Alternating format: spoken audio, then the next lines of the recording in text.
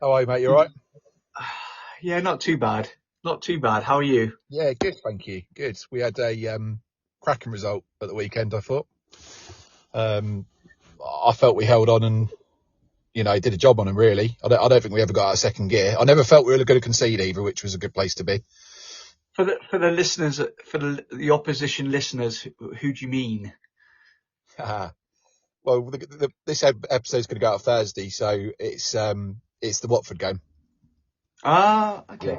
Yes. Our most recent game against Watford, where I think we were lucky that we had that send off, which was definitely a send off, by the way. I don't think there's any question there.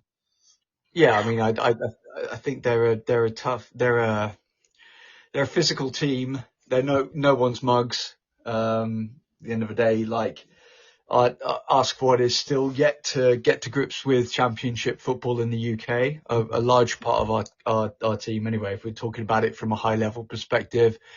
And so, yeah, I'm pretty happy with the result. We didn't have to, as you say, I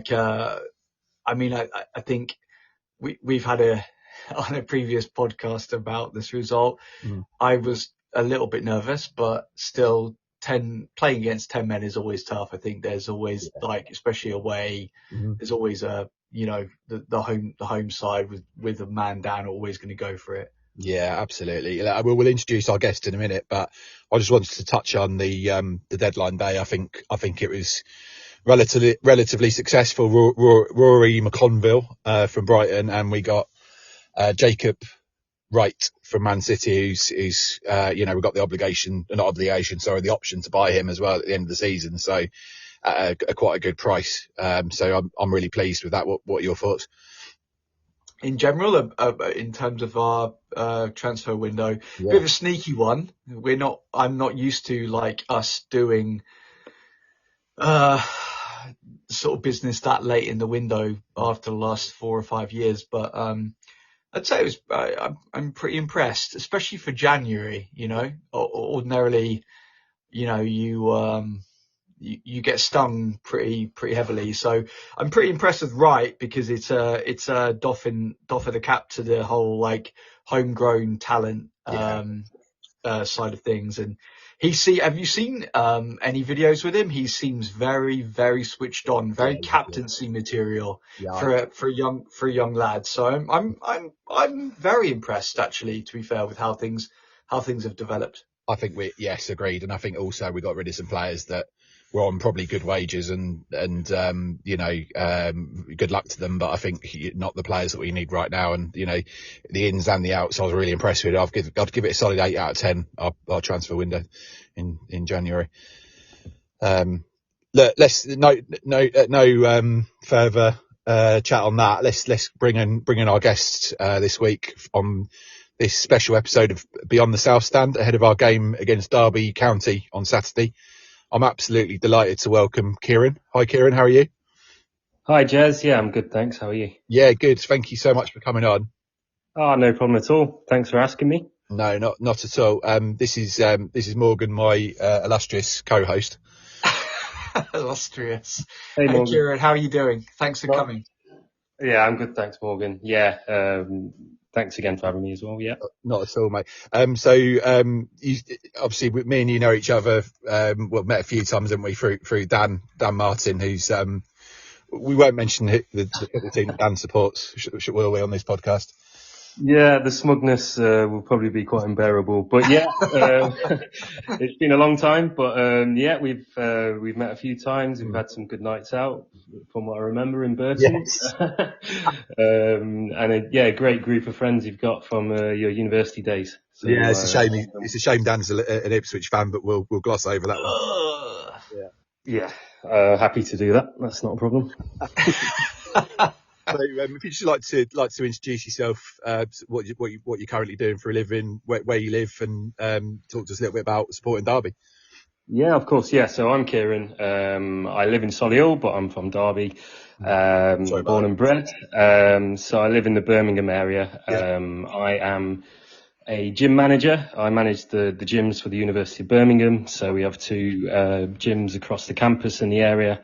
and oversee everything to do with that, and link with the sport department. And so I've been there for the last 2 years or so. Been working at universities for the last 10 years now. So, but I got into the sport fitness side of things purely from football as a young kid, and Derby County is a big part of that from an early age. I cannot remember choosing Derby as my team. It was just, I think, one of those. It sneaks up on you, doesn't it? Exactly. Woke up one day and I was wearing a shirt and kicking a ball, and I'm glad I am for all the pain that it's caused. We know the feeling. I've got my dad to thank for that, and also family and friends and kids I was growing up with. But I'm so glad I made that decision and wasn't seduced by the glory supporters around me, Man U and the like. So yeah. I mean, just touching on that, Kieran, if you don't mind me asking, are you from Derby or from the outskirts of Derby? No, I'm from Derby. So within the city. So it was a big focus. So getting into football, we're talking early to mid 90s. My earliest memory, really random one. Don't know if you guys remember a competition in the early 90s called the Anglo-Italian Cup. Yeah. So Derby actually got to the final in 1993. So I was 6 at the time. We played Cremonese, trip down to Wembley. So a nice early trip to the capital for that. We lost, obviously, but that's a defining moment in my early football memories, and it still traumatizes me now. And then the following year in '94, we're in the old Division 1, got to the playoff final, and we lost to Leicester, 2 late goals. Them 2 moments combined have kind of set the tone for the following 30 years. Well, yeah, we'll jump into some of the questions that are set. So, settling back into the Championship after earning promotion last season, how do you feel that Derby have settled back in? So I said to you, Jez, before this, I was going to try and keep this as positive and upbeat as possible, and I'll try and stay true to that. But it's not been easy. To be honest, the first half of the season, first third, we actually adapted quite well. We had a weird trend going on where we were just winning at home and losing away, which, to be honest, has been a theme in previous years as well. But we actually felt like home matches were strong, and Pride Park was a fortress again. And actually, we were holding our own in a league that obviously we've been away from for a couple of years. But that, as the season's gone on, as we got to around Christmas, the wheels have well and truly started to fall off, and we are now find ourselves, I don't think we're even sleepwalking back to League One, but we are on a one-way trip at the moment. So hopefully things can turn around, but starting on Saturday. But the settling period, it went okay to begin, but I think as time went on, we started to get found out, and teams had really sussed out how to pick us off, and we've been a victim of that. I remember earlier on in the season we played you, and we got a very very, very lucky, need I say, dubious goal, which Josh Sargent scored. Borja Stein scored, but Josh Sargent was definitely out. I mean, he was so far out of play, he might as well have been in Nottingham, to be fair. He was that far out of play. From my memory, I think a couple of the goals, I think both of the goals he scored were dubious, but definitely that first one, no idea what was going on there. We actually played well that day, and I think, obviously you mentioned Signs, he's a quality player, and he really stood out from what I remember. But that bit of quality was ultimately the difference, I think. But that was certainly one of our, and I think that was around the time where we were winning most of our home games. So I think that we felt a little bit unjust after that one. But performances since then, and particularly at home, home and away, definitely dropped since then. A classic along come Norwich, Jez. Do you know what? I was literally just about to say that. That was going to be my next gambit. Are you guys one of those teams? We're normally that team when teams on a hurry. Yeah, we had a podcast earlier today. Then Jez has got this bee in his bonnet about the phrase "along come Norwich," and you've still not got rid of that bee, have you, Jez? No, I haven't, and I'm actually allergic to bees as well, so that's probably not a good thing. But no, it was something, Kieran. It was something which was used negatively towards Norwich. But I was frantically trying to think of a point earlier, wasn't I, Morgan, of a positive one, and that certainly was, because I don't think Derby had lost at home for a long time before we rocked up and obviously made a dent on that. But I think, Derby are always that club, aren't they? That they're pretty similar to Norwich in the sense that they've been in the Premier League a couple of times, but they're kind of that sort of championship side, aren't they? Yes, I know you've been in League One for a little bit, but what are your expectations for this season? Would you say it's just to sort of steady the ship almost and stay up and see where you go after that? Yeah, 100%. It's as simple as that. We are literally in survival mode now. And I'm hoping I'm speaking to you in a few months' time where it's just been 7 defeats in a row is more than a blip, but a bigger picture that we do turn a corner. But all signs at the moment point to, that not happening. So it's as simple as survival.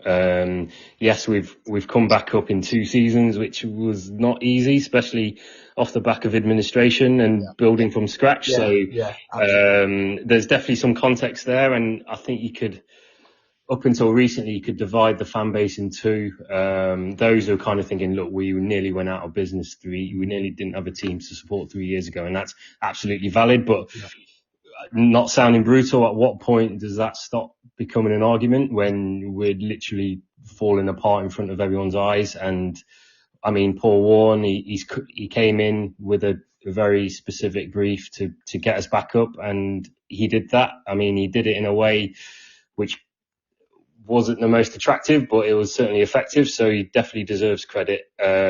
He's a proven League One manager, but unfortunately he's a proven not very good Championship manager, and that's kind of showing as well. I mean, I don't know if that's I don't know if that's necessarily fair. I mean, I think if you get Warniola in, and it leads quite nicely to our next question. But I mean, look at Rotherham now. I think it's. I mean, obviously, we always have a little bit of a soft spot for Warne because of his Norwich connections, but I think to say that he's not a very good Championship manager is a little bit harsh when you consider where Rotherham were sort of like bobbing, and where Rotherham are now. For listeners that aren't Rotherham fans, they're mid-table in League One at the moment. No, so I think, sorry, Jez, carry on. All I was going to say, on the same token, he's never kept that Rotherham side up, has he? So I think that's the point, really, is that he's now going through a similar sort of situation at Derby, where he did really well to get them out of that league, but then now it's come to sort of the Championship moment, I suppose. It's just not happening. Yeah, I didn't mean to discredit him that way. I think I'm just talking purely on, if you look at the stats, and they don't lie, what Jez just said there, I think it feels like the way he's managing us is almost like how he managed Rotherham. And I'm not discrediting Rotherham in any way whatsoever, but by coming to Derby, there are much higher expectations, and he's kind of, we kind of have that inferior complex, and we go into every game like an underdog. And yes, I know we've just returned back to the Championship, but with the squad that we've got, he said it on Saturday after the Sheffield United game, and again we played second in the league, and we've lost 1-0, but he's basically saying he's getting the most out of the squad. And I think if you ask the majority of our fan base now, like I said, it was probably split in the middle last month. If you ask the majority of the fans now, I don't think there's many who would say he is getting the most out of what we've got. He's got difficult constraints, don't get me wrong. The financial situation was still recovering, and the transfer window, which obviously closed yesterday, was pretty underwhelming. So maybe you could argue that he's been let down a little bit by the board.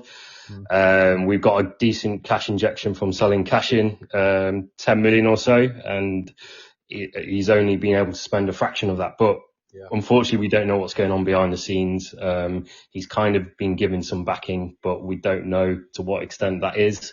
It's a really frustrating situation, really. But it's where we find ourselves. I think any manager who loses 7 in a row is going to be under scrutiny, and I think how we've been losing has a really common theme. Like I said earlier, we are very one-dimensional, and teams, okay, we're not getting hammered every week, but I think that's almost feels like a problem as well. I was there on Saturday.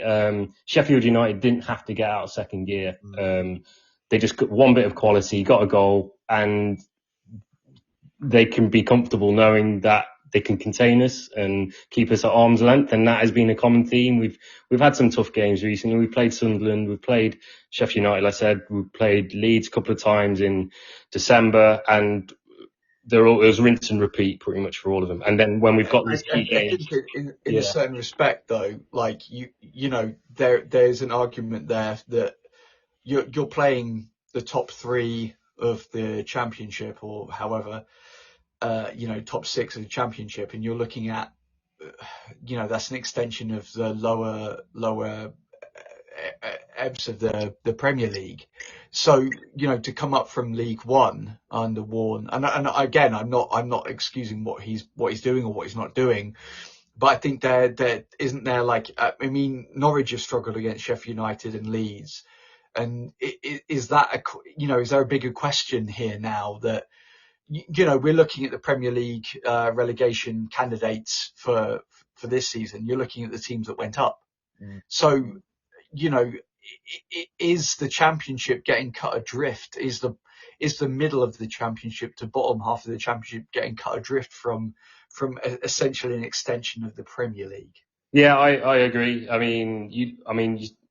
The players that Sheffield United brought on Saturday, they're bringing in Premier League quality pretty much. They got Brereton Diaz brought in January. They brought in some other player. They brought in Tom Cannon, and those were the difference really. And I totally get your point. On paper, we've kind of gone toe to toe and very close with some of those top teams, but then we're on the flip side, we're also losing to the teams around us. We lost a big game against Millwall. We lost to Luton not that long ago. So we're just losing every game. But it feels like even when we're playing the teams around us, we've still got the same issues. We're relatively solid. Our promotion last season was built on a solid defence of Erin Cashin and Curtis Nelson. We no longer have either. Nelson has done his ACL, and we brought Matt Clark in, we've had before, and he's a solid championship defender. So I'm comfortable with our defence. It's just going forward. This is mad. We haven't scored a home goal since Boxing Day. Wow. Okay. And that's against a variety of different teams. Yeah, you can throw your Sunderlands and Sheffield Uniteds in, but you can also throw, some other teams who have been around us. So there's a real crisis of confidence. The fan base is on tenterhooks. The style of football, like I said, and we have no God-given right of being playing like Brazil or anything like that. But we just, it's really difficult at the moment. And I think even, like I said, we look at the bigger picture and where we were 2-3 years ago. That relegation season, yes, we got docked 21 points, but we were competitive in every single game. They knew what they were doing. They were playing as a unit. A lot of those traits just can't be seen at the moment, which is really worrying. So let's see. He's got a bit of credit in the bank. I do feel that the majority fans would rather we looked at replacement, but it's not as easy as that. Of course not. Of course not. We know more well and truly the drill on the Canary side of things. Obviously this isn't about our club, but we're trying to draw like similarities. We've spent like 2 or 3 seasons under 2 managers that we weren't really 100% with. Isn't that right, Jez? With Smith and Wagner. Wagner always felt like a bit of a Weber yes man. Not really convincing at all. And then you tell your fan base that we're going to start again. We're going to go on a new project, and we're going to get a completely different coach from another league who hasn't had any Premier League or Championship experience before. It's a roller coaster ride, and I do appreciate where you're coming from, Kieran. Yeah, I know you guys have definitely been through the mill as well, and I think that's why we love the Championship, because I think teams or fans really have been through the mill and they've experienced those highs as well. The majority of the teams in there, so I think there's that mutual respect around. But thanks for that. Appreciate the solidarity. I mean, that completely wiped out my Paul Warne comment, so I don't need to ask that question now. I mean, don't get me wrong, he's a nice bloke. I mean, he's got like a David Brent vibe to him. So does Jez. Yeah, so probably why we like him. And if you're interested in a manager swap, we're up for it from our side. So, but the thing is, when you're losing every week, the gags and stuff don't go down as well. I think the one defining comment he's made this season, which has really stuck, and I think there's a bit of truth in there, but his timing was terrible, because it was after we lost to Leeds at Ellen Road. I mean, we lost 2-0, but we basically had just sacrificed the game before we even kicked the ball. It was basically, we're just going to not even try to get anything out of it. So we contained them to 2-0. And in his interview afterwards, he basically described the team as a League One team with a bit of sugar sprinkled on top. Which, like I said, did not go down very well with the fan base. Again, it comes to that question around, is he getting the most out of the team? Is his tactics really robust enough? Those kind of things. But in reality, that's what it feels like. I think we're certainly in the bottom quarter of budgets for the Championship in terms of wages. Like I said, we've had a bit of a cash injection that wasn't really utilised, but is that his fault? But that didn't do him any favours. Right. I don't think he's lost the dressing room though. So that's important. But the fans are certainly turning, it's never nice to see. Yeah. There were sections on Saturday that were making themselves known, but equally there was a lot of defiance as well. But I think that was more for the spirit of the club. So we're in a bit of turmoil, but he's a nice bloke. Hopefully it turns around. I mean, I'm going to let Morgan answer question 3 in a minute, but just as we've sort of covered 2 already, I just wanted to put in a bit of a curveball. Brian Clough. That's that. Yeah, Brian Clough. Let's talk about Brian Clough. And we have, I love Brian Clough, by the way, loved, should I say. Damned United, what a film, by the way. What a film. What a film. Michael Sheen, who he's played a number of roles down the years. I think if he was ever asked what is his best role and most enjoyable role, he's got to say Cloughie, hasn't he? I mean, it was such a great, Dom Revier, the actor's name escapes me, but it was just such a likeness, wasn't it? He was. Can I just do a quick impression, Jez? Please do. You little wanker. Very good. Very good. It's not bad, is it? Very good. But some of the stories that we still hear him today about Brian Clough, and Mark Crossley's talked. I heard one earlier on today where Crossley was on about 250 quid a week or something ridiculous like that. It might have even been less than that. So he was selling slippers to all of the players just to make a bit of extra money. And he got called into Cloughie's office and basically said, and Cloughie said, "Oi, shithouse, are you selling knocked off slippers to the squad?" And he was like, "This is my establishment." And basically turned around and said, "Well, I might sack you, but if you've got a pair of size 10s," and I forget his wife's name, to say it's Deirdre, it's not. "If you've got a size 7s for our Deirdre, you can stay." And then he was waiting for the money, but Cloughie said, "I'm not paying you." So that was an awful impression and perhaps an awful story. But my question about Brian Clough is, do you see the should I say the impact that he had on Derby County up to this day? And do you hear the stories from his time there? Yeah, I thought you were going to ask is Paul Warne. I thought you were going to throw Paul Warne into that question, but that's fine.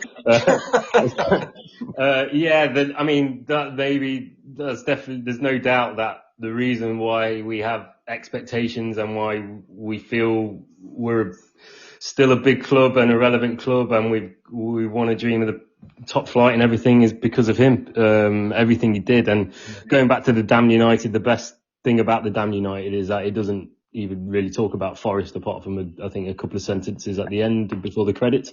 So I mean, yeah, obviously I grew up on tales of and obviously watched a lot of things back and read a lot of things back of what happened, and it's amazing. I mean, for example, my dad moved to the UK from Kenya in 1968. Obviously, he was a young lad at the time, but he grew up in Normanton. Different kind of experiences, not as though he was there at the baseball ground, but he lived within spitting distance of the baseball ground. And yeah, okay, it might have not been the greatest time for Asian families to be growing up in the UK, but just to have known that, like, he recalls like those evenings with the floodlights on and crowds going to the ground, and like, I'm just thinking that we hosted Benfica and Real Madrid, and you got Eusebio and players like that coming to the baseball ground, and it's beating them and things like, yeah, unbelievable. And that guy made it happen, and he did it with a swagger. And I think the thing that breaks all Derby fans' heart is how much he loved the club and how much he never wanted to leave. And it was obviously the chairman and politics really within the club that ultimately led him away. And him and Taylor handed their resignation in almost as a bluff, and it was unfortunately called. And then there was player strikes and protests and all sorts going on. And then he turned up at one random game after. Anyway, he was a man of his principle, and you've got to respect that. But obviously what happened next, well, the Leeds part was quite funny. But what happened after that, unfortunately, happened. But it wouldn't have happened. It wouldn't have happened at all if what he did at Derby. Basically, it was the philosophy that he built, the squads that he built. I mean, half of that Forest team was made up of those Derby players who got us to the top. So yeah, it's a bittersweet one. And I think obviously it's that small thing that unites Derby and Forest, but also adds that extra spice into what is a great rivalry. Not the moment, but yeah, we won't go too much into that. Yeah, fair enough. Circumstances. Guys, I'm just going to have to drop for a couple of minutes if that's okay. That's and I'll fine. pick right up with you in due course. No problem, Morgan. Well, I'll crack on with the next question then. So memories of the Premier League. We've had a few moments in the top flight. What are your standout memories from the club's time in the Premier League? Yeah, so nice topics now. So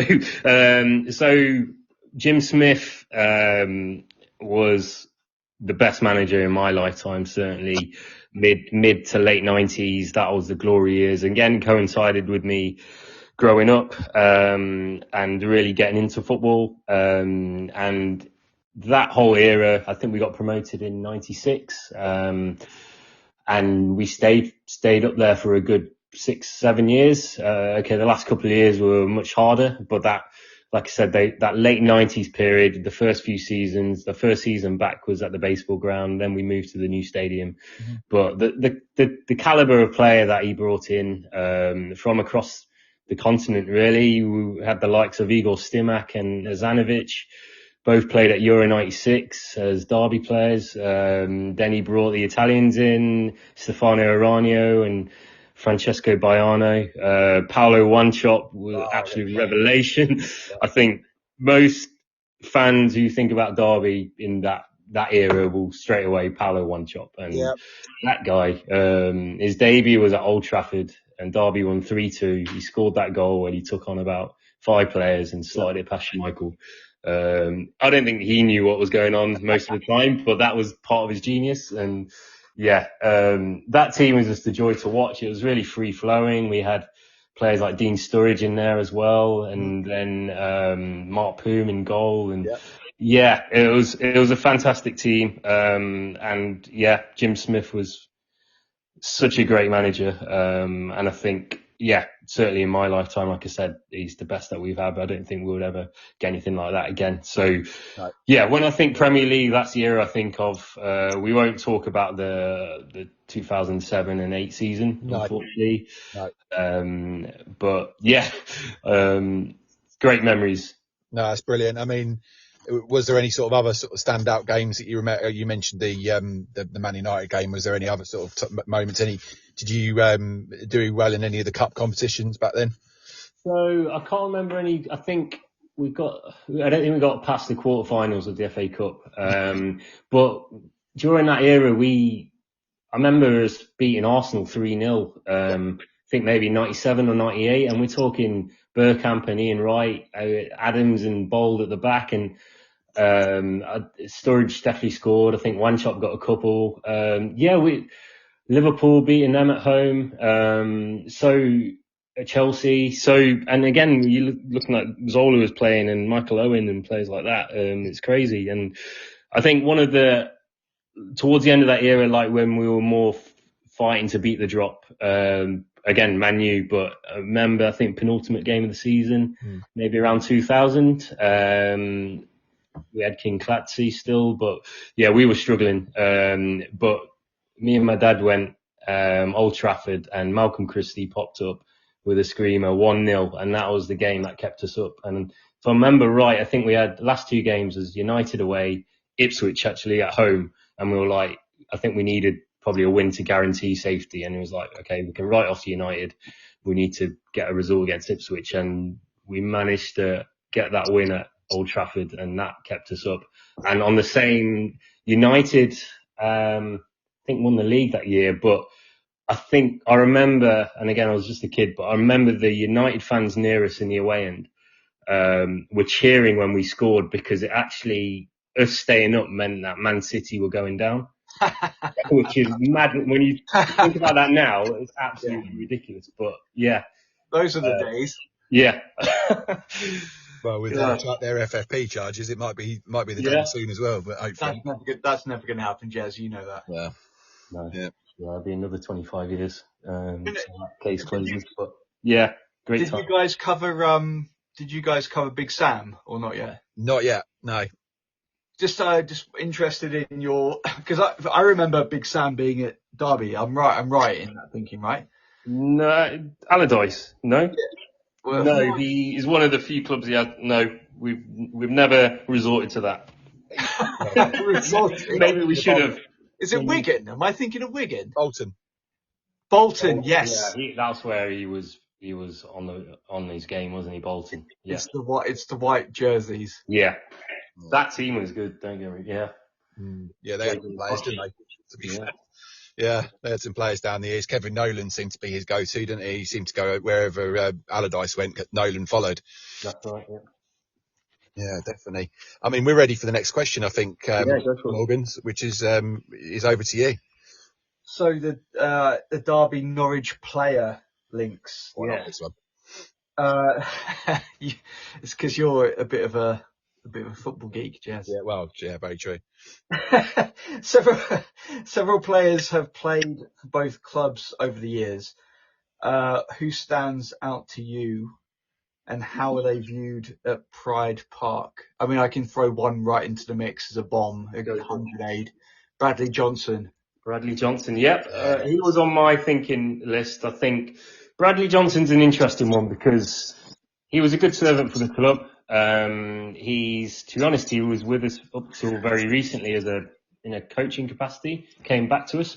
But he was with us around the mid to late 2010s, during those years where we were pretty much getting to the playoffs every season. And he did a good job. I don't think there's many fans would say he was terrible or anything like that. But for me, signing him was signalled almost like the beginning of the madness that the club went through, because that season, on deadline day in August, we signed him for like a record fee, 6 or 7 mil, big wages. And we also on the same day signed, Jacob Butterfield for 4 or 5 mil. And this was this was foreign territory for us. I think Will Hughes did his ACL, Craig Bryson did his ACL in a matter of a couple of weeks, and it was just Mel Morris, panic buying.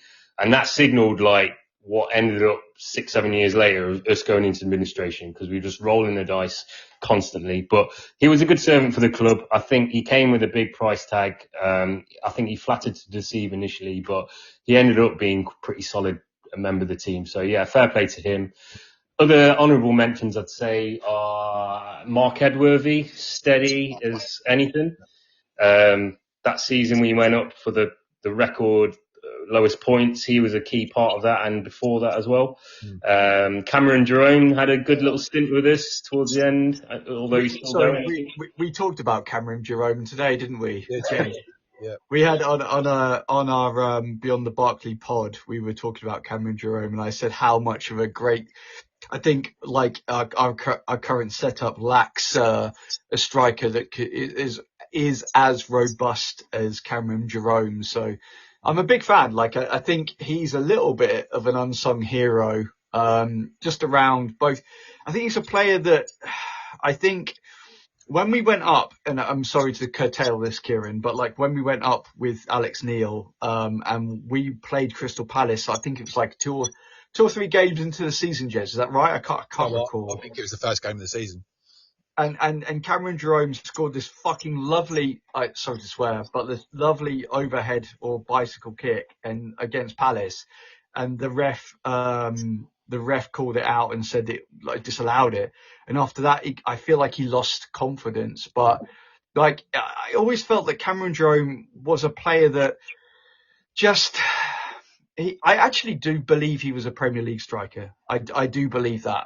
I see a lot of people that say that he was never good enough or whatever, but I think that's a negative perspective. But got a lot of time for Cameron Jerome. So yeah, I forgot that he played for you guys. Yeah, it wasn't for. I agree. I think he had all the hallmarks of a top striker. I mean, he's quick, he's strong, he was good in the air, holds it up, get between the lines. Yeah, when he came to us, he was past his best, so he didn't have that speed that maybe he had before. But he definitely, it was quite a short stint with him. Gary Rowett brought him in, and he kind of worked. I think we were rotating between him and Nugent was past his best as well.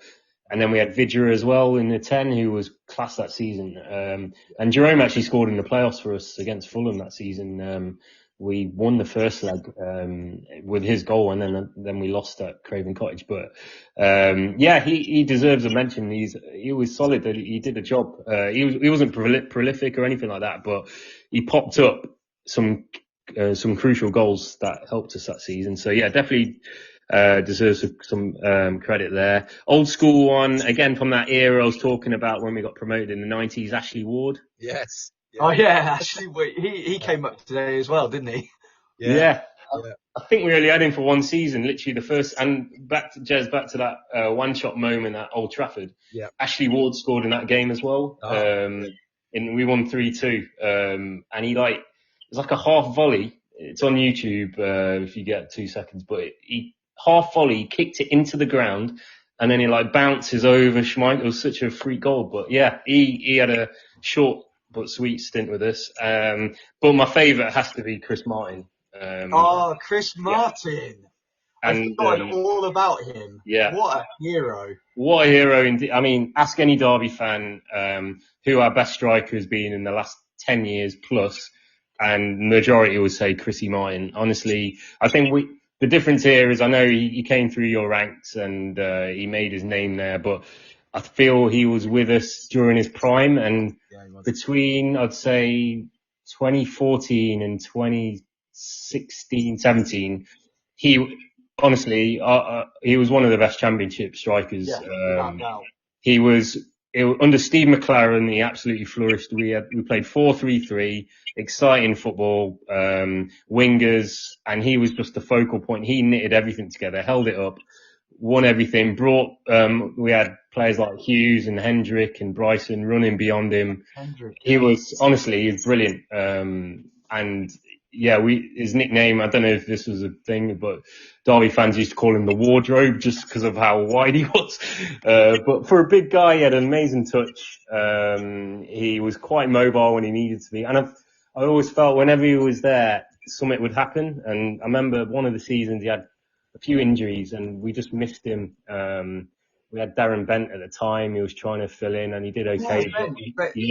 Ben came from Villa, didn't he? Yeah, we had Darren Bent and Tom Ince as well at the same time, and they were ripping it up at one point. But we missed Chris Martin for a big part. I think it was that season you guys went up through the playoffs. We were like top at Christmas, and then we ended up finishing outside the playoffs on a massive downer. And a lot of that was down to Chris Martin being injured for a big chunk of it. But yeah, I would say Derby Norwich links. He's number one for me. I mean, I've got a list here of about 40, 50 players. Yeah, you got some obscure ones. Yeah, it's absolutely phenomenal. I'm going to quote the website because it's amazing, and whoever keeps this up to date is just, they must have to do it every day. What website for the listeners, Jez? So I'm going to quote it as it's a website called Flown from the Nest. I know it. Yeah. So if you Google Flown from the Nest Norwich City, it will come up, and it's literally a list of every single Norwich player who has ever played for Norwich. But what they do is they've got a link to all the clubs. So if you go on any club, and obviously I've gone on Derby County for obvious reasons, it's a list of every single player that's got either played for both clubs, or they've had a connection, like they've been a manager, or they've been they've even to the point of if they've had a trial. So I mean, I'm looking here, we're looking at did you know, for instance, that Rob Edwards, who was the most recently manager of Luton Town, played, I'm trying to find him on this list now, played for Norwich on loan, but equally he was here he is now, he was also on loan at Derby as well. No way. I didn't know that. And the current ones you've got player you've got is Abu Adams, who was in our academy. Oh yeah, shit, yeah, I remember. I love that guy. I didn't know he was part of your setup. But yeah, he was really highly rated, and I kind of don't. I think he went to Scotland. I'm not sure, but we got him off Cardiff. But I think every fan loves him. He gives his heart and soul every single match.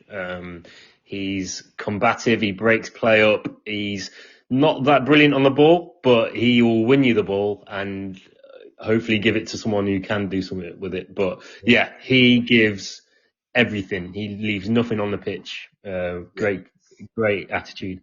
No, definitely. I think just before we finish and move on to the last question, we were asked that we were talking earlier on about underrated players for Norwich, and this would be a guy that would probably fill that category. I think Andre Wisdom. Oh yes. Yeah. Wisdom came from Liverpool, didn't he? Yeah. Yeah. I felt he was all right with us, and he did a certain job. And yeah, steady. We had him twice actually. The season we got to the playoff final against QPR, he was a big part of that. Right back. He was young. I think we had him on loan from Liverpool. Then we brought him back more recently. But yeah, he never let anyone down. Good player. Definitely. Right. Okay. So Morgan, I'll let you have the last question. Okay. So, as all clubs, we all think we've got the know, but the long-term vision. So where do you see Derby County in the next 5 years? And is there a belief that the club can establish itself back in the Prem? I'd love to say yes. I think, like I said earlier, it's probably quite hard to look long term. I think everything that we've been through last 3-4 years or so with administration, we were on the brink. We had a local hero, David Clough, come in to save us at the last minute, and we owe everything to him. He's done a great job to just get us back competitive again, and the fact that we got back to the Championship is a great achievement. I think really to kick on, he's seeking investment. We need, I don't know how sustainable it is for him to hold on and keep carrying us long term. So I'd love to say at some point. I know football works in cycles. Yeah. The financial disparity makes that much harder.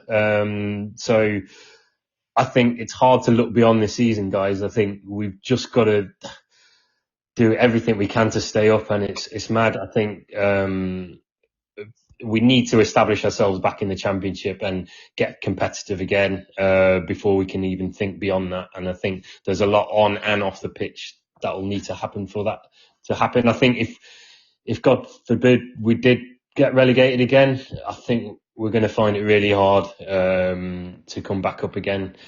It's not getting any easier down there. I mean, looking at the first 2 years ago when we were down in League One, it was a tough league. There was Sheffield Wednesday down there. There was Plymouth had a brilliant season, and then you still had Bolton and Peterborough and those kind of teams who were really competitive. Some of those big clubs left, and then last season it was poor. I'm not going to lie, it was poor. But looking at it now, look at what Birmingham are doing and Wrexham and other clubs. I think it would be really tough. So I really hope we're not thinking about that.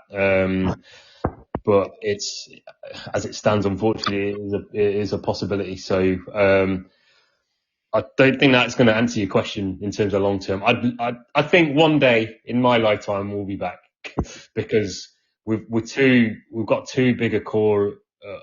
We've got the infrastructure. We've got everything. We've still got a Category 1 academy, ridiculous, which we're paying a lot for each season. You have to maintain that. I think that's essential to the future of your club. Yes.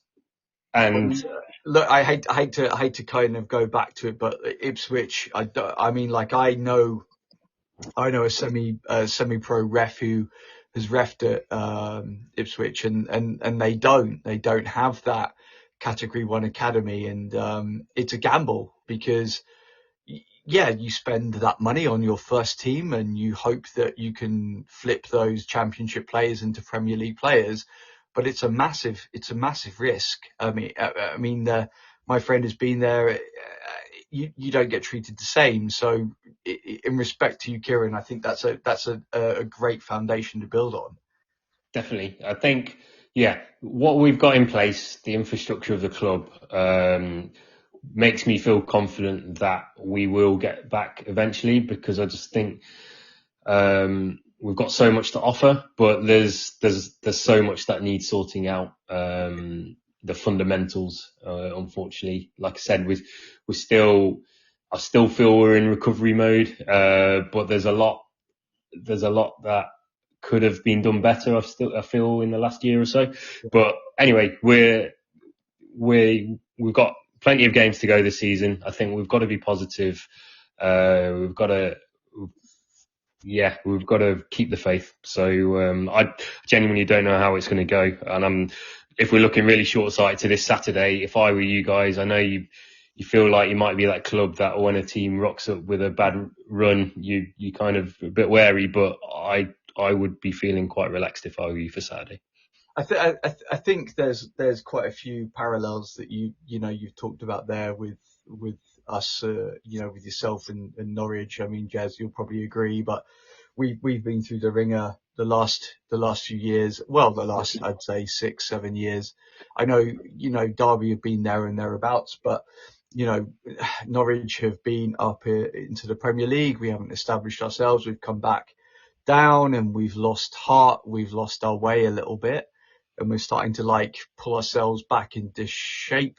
We've had to go through a whole restructure in terms of ownership and director of football, and we were lucky that we strengthened our academy and our Cat 1 status in those initial seasons under Daniel Farker and Webber. I'm sure you've probably heard of him, but it's not been a cakewalk for us either. And I know that you went down to League One, but don't forget that Norwich did as well, however many seasons ago, and struggled to kind of, luckily we romped it with Paul Lambert. But I think sometimes there is a great deal of luck. There is a great deal of getting behind your club and pushing, and with the fan base as well, and getting behind everyone and hoping that you can climb back. And I have no faith in, I have no doubt or faith in Derby kind of getting back up to where you probably should be, because, I've always liked Derby. I've always liked, arguably not Nottingham Forest, but you're a great club. You've got a great history, and I don't see any reason why you can't get there again. Yeah, that's really encouraging to hear, and I totally appreciate you guys have been through the mill. But it certainly looks, from an outsider looking in, it looks like there's a lot of positives for Norwich going forward as well. So obviously wish you guys all the best. After Saturday, we could do with a bit of charity. We'll take whatever we can get. So yeah, let's see. I remember, I think was it the season we went down? I remember Rooney hitting a free kick. It might have been in the lockdown season. Yeah, it was. How we beat you, we were really struggling, and Rooney pinged in a free kick. He did. I remember. That was the turning point. A lot of fans were like, Daniel Farker out, Daniel Farker out. And then we turned it round and it was a completely different story. So. Yeah. But my favourite Norwich away, I wasn't there, but my favourite Norwich away in recent history has to be that the Lampard season when the floodlights went on. Don't know if you guys were there. Yeah, I remember bonkers. Yeah. But the thing was, it wasn't even that dark. It was maybe like one floodlight of. It was one floodlight of about 20 that are on the stanchion. Is that the right word? Behind the one of the stands, and it was like Lampard was looking up at it. I think at the time you were 3-2 down, weren't you? Or maybe 2-1 down. Right. Yeah, 3-2. 3-2, and then you end up winning. That break kind of, stopped. Galvanised it, galvanised that. You end up winning the game. Yeah. Brilliant. I think we're going to need more than that on Saturday, to be honest. But let's see what happens. Yeah, Warne going back to his boyhood fan club. Let's see what happens. Yeah, well, we'll see what happens. I mean, Morgan, it's that time. It's that time of doom. Unleash it then, Jez, please. I don't have the facility, I'm afraid. So you're gonna have to sing it. Oh, okay, Kieran, you've not heard of this yet, but if you have, here it is. It's Morgan's random question of the week. Beautiful. So never gets old. Never gets old. So we've both got animals as our oh God. Yeah, as our logos for our respective clubs. If you took away our real life animals, canaries and rams, if you could replace it with a mythical creature, what creature would it be and why? Whew. So it's got to be. I mean, I'm quite happy with the ram in terms of it's got a bit of a presence. It can get in a scrap if it needs to. I like the fact we're discussing animals. Put that ram to one side, Kieran. I'm trying to not be obvious and say, right, I'd love a dragon or something like that. But to be honest, that's not a bad shout actually. But then that sounds a bit Welsh, doesn't it? So well, I'm quarter Welsh. I'll take it. Let's go with something obscure, like mythical, like a Pegasus or something like that. I can't even remember what combo a Pegasus is. Like it's half something. It's definitely got wings. Horse. Yes. All right. I'm going with that Pegasus. Jez. Well, I should be prepared for this because each time we've done this, you've always chucked it to me, and I'm underprepared each time. Why don't we go with a phoenix then? So that sort of aspect of rising from the flames. Oh, that's rubbish. That would fit perfectly with this, but Mr. Chip. Yeah, we don't play soccer. We play football, guys. Come on. I know. Wellington Phoenix, isn't it? They're a team in New Zealand. Yeah. I'm glad I didn't pick that. I think without sort of having a massive knowledge on mystical beings, I don't know why I'd ever need that other than when I'm asked that question, I suppose. Say that again, Morgan. Mythical creatures, not mystical beings. Mythical creatures, yeah. Phoenix would be my answer. What would be yours? Basilisk. I don't even know what that is. Please. Harry Potter. It's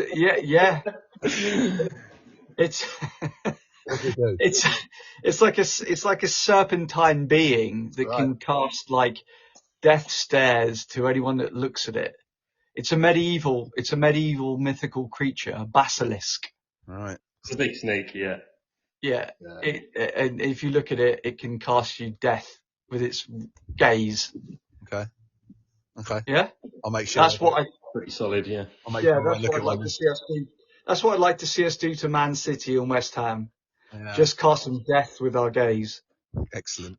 I don't know where this podcast has gone to, if I'm honest. But yeah, perfect. Let's bring it back. Let's bring it back a little bit. Let's have some predictions then for Saturday's game. Thankfully it's a 3:00 kickoff. Oh, we're done with 12:30 kickoffs. We've had the last two as that. So 3:00 kickoff at Carrow Road. Kieran, we'll chuck it over to you first. Your prediction, please, sir. So, I'm going to say it's a Norwich win. I'm sorry, yeah. It's definitely. I'm just thinking what kind of win. Like I said, we're not conceding that many. We're definitely not scoring. Okay, we might have scored the odd one. I'm going to say 2-1 Norwich. Okay, Morgan. You think you know what I'm going to say? Go on. 10-0. All right.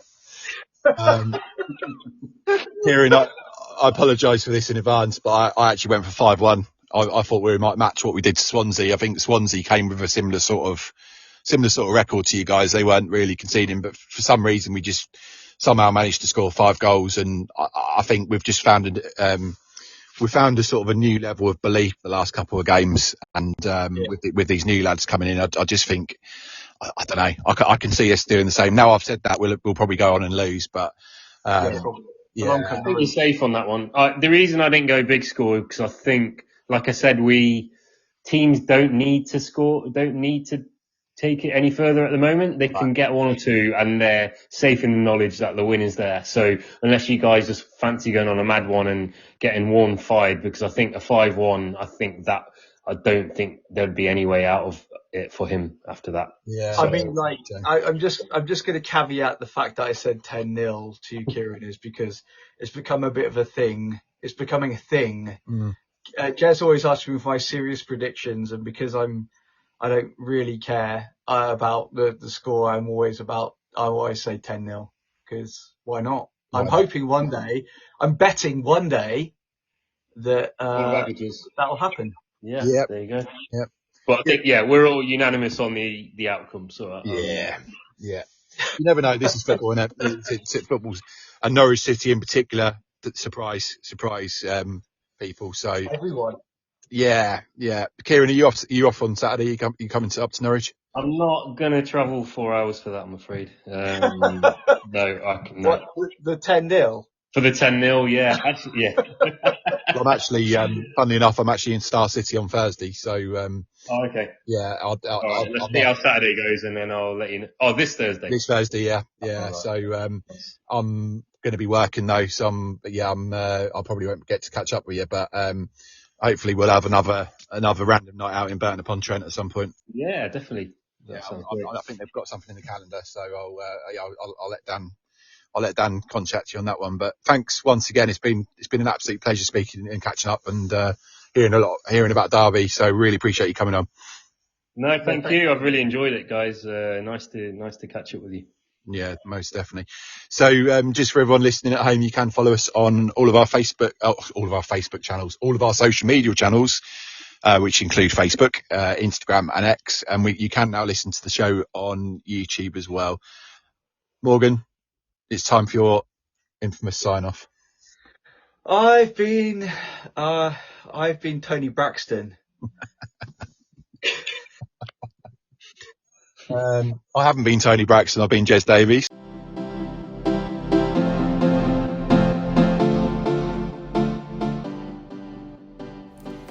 That's it for this episode of Beyond the Barclay. Thanks so much for listening. Your support means the world to us. Don't forget to follow or subscribe on your favorite podcast platform and leave a review if you enjoyed the show. You can also catch all our episodes on Apple Podcasts, Spotify, and YouTube. And if you've got any questions, stories, or topics you'd like me to cover, get in touch. I'd love to hear from you. Until next time, on the Ball City.